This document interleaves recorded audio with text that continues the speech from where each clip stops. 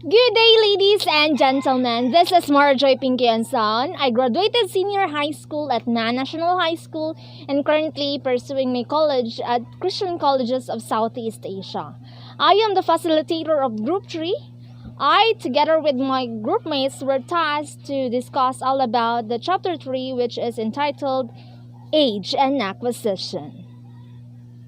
A total of 5 members are in Group 3. The sequence of the discussion will be: the first reporter will be yours truly, YONSON Marajoy, to be followed by Miss Padillo, followed by Mr. Bascones, and then Miss Bayanban, and last but not the least, by Miss Sarvida Joy. I ask all of you to please lend me your ears for the next few minutes. To start with our discussion, we'll see first the introduction. The growing focus on first language acquisition research in the latter part of the 20th century drew the attention of linguists in a variety of subfields as well as educators in a variety of language-related fields. The use of research findings in first language acquisition is already becoming widespread. Let us find out why the first language acquisition is already becoming widespread. Teacher trainees in language arts education, for instance, are required to study first language acquisition, particularly acquisition after the age of 5, in order to better understand the problem of teaching language skills to native speakers.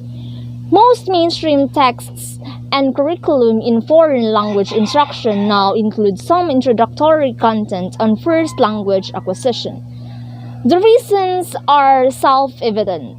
The reasons are very clear that we've all seen children acquire or pick up their first language acquisition. Their first language quickly and effortlessly, but adults learning a second language, particularly in an educational setting, can face a great difficulty or can face significant challenges and even failure. So as a result, a thorough examination of that initial language acquisition experience should be able to teach us anything. What isn't always clear is how the second language instructor should understand the many facets and sometimes contradictory findings of first language research. So language acquisitions begins in infancy, but the second language acquisition can occur at any time during childhood, whether early or late as well as in adulthood. Do the distinctions between the infancy and adulthood contain some secrets to language acquisition, models, and theories? The purpose of this chapter is to answer some of those concerns or queries and to provide some of the parameters for investigating the impacts of age and acquisition. Dispelling myths. Many believe that the first step in investigating age and acquisition might be to dispel some myths. Dispel means to drive away or to cause to vanish by or as if by scattering. According to H.H. Stern, the head of the Modern Language Center at Ontario Institute of Studies in Education, dispelling certain misunderstandings regarding the relationship between first and second language acquisition could be the first step in researching age and acquisition. He enumerated some of the most prominent grounds for recommending a second language teaching approach or procedure based on first language acquisition. When teaching a language, we must practice. Simply observe a small child acquiring his native dialect, which is the mother tongue. He keeps saying the same thing all over again, and that is his way of learning. When you observe a small child learning from her mother or father, when the mother of that child will tell him or tell that child that the word mama, and that child will imitate her mother, and will say it all over again. Mama, mama, mama. That is his way of learning. He practices constantly during the language learning period. And when learning a new language or when learning a new or a foreign language, we must do the same thing. Practice is the act of rehearsing a behavior over and over or engaging in an activity repeatedly for the purpose of improving and mastering it. That's why we must practice, practice, practice. Second, language learning is mainly a matter of imitation. You must be a mimic.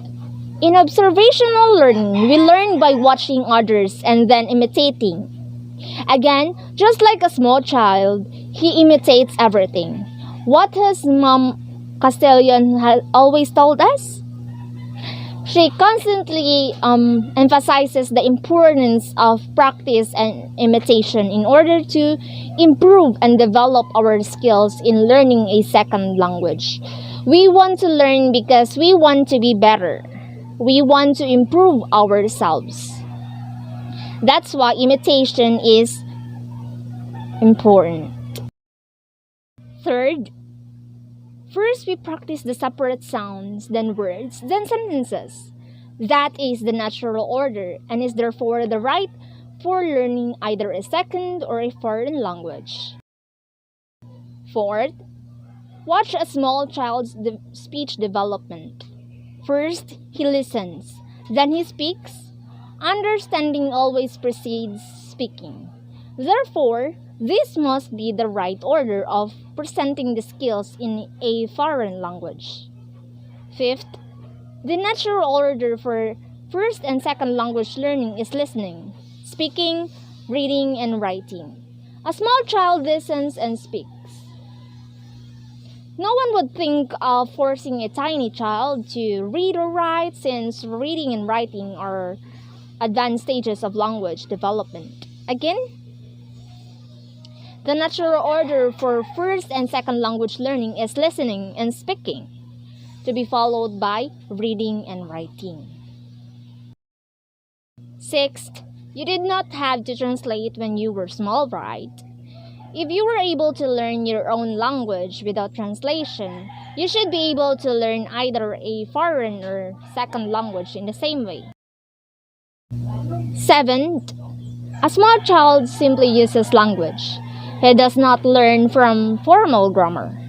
You don't tell him about verbs, nouns, 8 parts of speech, and etc. A little child just communicates through language. He isn't interested in learning formal grammar. You don't explain the difference between verbs and nouns to him. Despite this, he masters the language. In teaching a foreign language, grammatical conceptualization is also unnecessary. These statements reflect the opinions of those who believe that the first language learner is the foreign language teacher's dream, a pupil who mysteriously laps up his vocabulary, whose pronunciation, despite occasional lapses, is impeccable, while morphology and syntax, instead of being a constant headache, come to him like a dream. That is according to Stern of 1970. But we cannot deny the fact that there are flaws in each of the 7 statements. Sometimes the flaw is in the assumption behind the statement about first language learning. Sometimes it is in the analogy or implication that is drawn. Sometimes it is in both the has represent some of the misunderstanding that needs to be demythologized for the second language teacher. Imagine a world with perfect people and things. You can't imagine, right? Because it's just part of the life to be flawed. But through a careful examination of those shortcomings in this chapter, you should be able to avoid certain pitfalls as well as to draw enlightened or plausible analogies wherever possible. thereby enriching your understanding of the second language learning process itself. Second language scholars and foreign language teachers began to recognize the errors in drawing direct worldwide comparisons between first and second language learning as cognitive and constructivist research on both first and second language acquisition. The first language acquisition gained momentum.